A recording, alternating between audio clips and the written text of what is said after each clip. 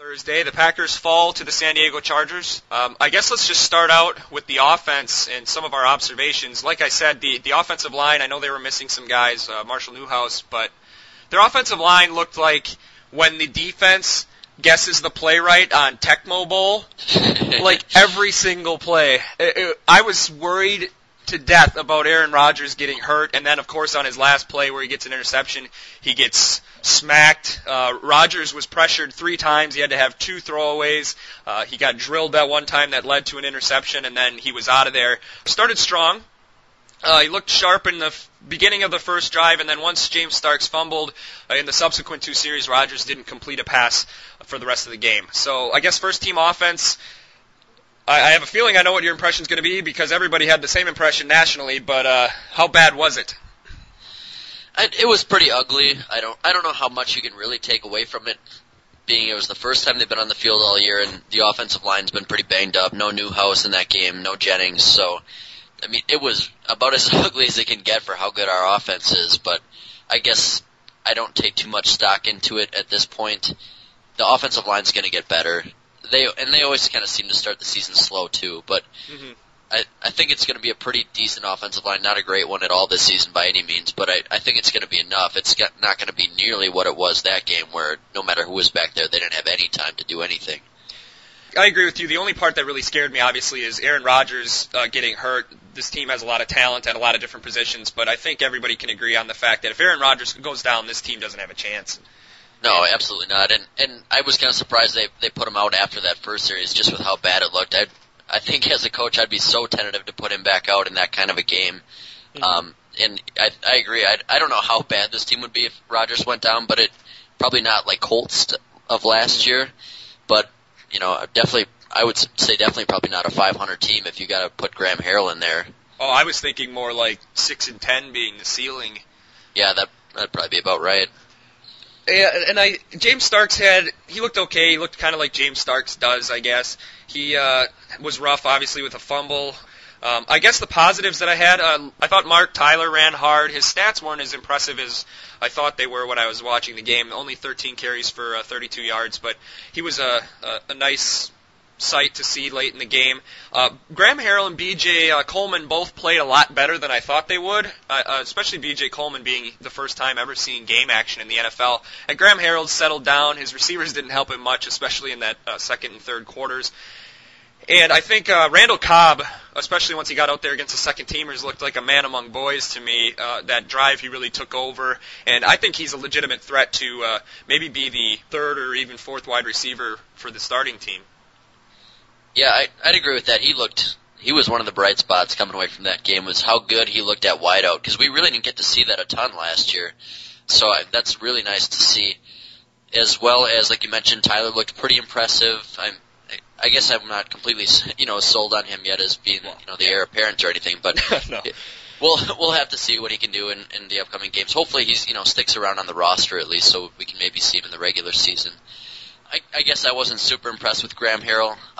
The numbers, he did get a little better as the game went, but you can't fault him too much with how much pressure he was under. And B.J. Coleman did look pretty good.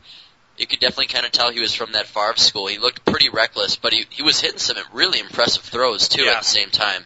I would imagine he's probably not going to be slinging it like that if he ever gets into a regular season game or anything meaningful, and they were trying to just come back and score at the end of the game. But most of his work was the 2-minute drill, I think, so that probably didn't help. Exactly, yeah, and looking at his numbers at Chattanooga last year, he looked a lot more impressive than I expected him to. If that's the kind of stuff he was putting up at a 1AA school or whatever you call it these days, he was pretty impressive against a third-team defense in the preseason. Yeah, absolutely. Let's move on to the first-team defense, which kind of looked like the first-team defense we were used to seeing in 2011. They had 1 sack by Nick Perry, which he showed some nice pursuit, although that looked more of like a coverage sack to me. He had a ridiculous penalty on that play, which we'll get to later. I thought Devon House looked very impressive, although he's going to be out for a couple weeks with the shoulder injury. Obviously, the big story coming out of that is Desmond Bishop, hamstring, knee injury. Not certain yet, but looking very bad for the prognosis of him playing at all this year. And, of course, the Packers trademark these days, the busted coverage on the Antonio Gates touchdown, but that was M.D. Jennings who got burned, obviously playing where Charles Woodson will be playing in the regular season. I thought the first-team defense looked like they did normally last year, but a little better. They looked okay against the run game, but once again, not many bodies out there that you're going to have on opening game, and especially with the way the injuries are going, so who knows how much you can take from the defense's play. Yeah, I think that the defense looked a little better than I was expecting with how many guys were out even, actually. You don't expect M.D. Jennings to be back there a ton at safety, at least you hope not once Woodson's back and healthy. I'm sure he'll get some play in the nickel and dime formations, but Nick Perry looked real good. He had the sack and, yeah, the ridiculous penalty. But I agree that Devon House deflection was the play that really stood out to me during that game. I believe it was a third down and long, and it was pretty much a jump ball, and he went up and knocked it down. It was just beautiful coverage, and with such a hole over there at corner, if this guy can step up and play like that through the regular season, we might have found something. Yeah, I think he's shown enough over there to definitely get a look. Jarrett Bush, again, he didn't have a lot of balls thrown his way, but he still completely looks inept when it comes to trying to defend a pass once it's in the air. He always seems to be sort of in position, but he never knows quite what to do once the ball is headed at him. And I don't know if you've heard anything. Maybe he's hurt, or maybe I'm not in the know, but it just seems like how far has Sam Shields fallen to where it doesn't even appear that he's in the conversation to be the second corner after a very impressive rookie year, and despite last year having a lot of struggles, certainly he's not as poor as Jarrett Bush is at corner. You wouldn't think so.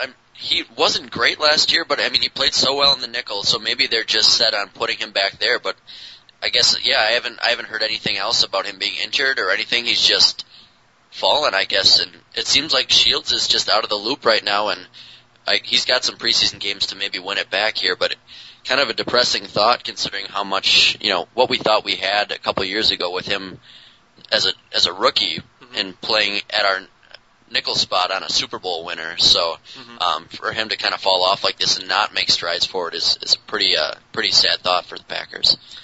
Yeah, hopefully he can turn it around, or they can find some kind of consistency out at that second cornerback position, especially now with Charles Woodson having to play safety pretty much whether they want him to or not with their depth back there. So hopefully they can figure something out.